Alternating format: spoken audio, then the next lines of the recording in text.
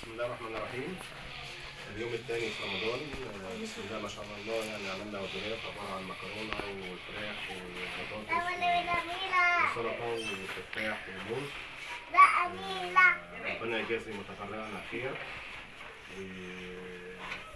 وألف شكر طبعا ليا وهي تعبت معايا النهارده في رمضان، وهي صايمه بتتعب وبتعمل حاجه للناس وبتعمل مجهود لله سبحانه وتعالى، وربنا يجعلها في ميزان حسناتكم ويجعلها في ميزان حسنات المتبرع والوالدين ان شاء الله باذن الله واحد احد. وكل سنه وانتم طيبين، ورمضان كريم علينا وعليكم، ومكملين معاكم بقيه الشهر ان شاء الله كل يوم.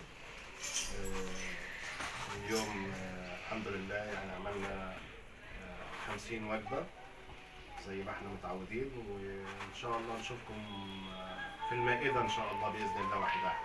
السلام عليكم، تحياتي لكم.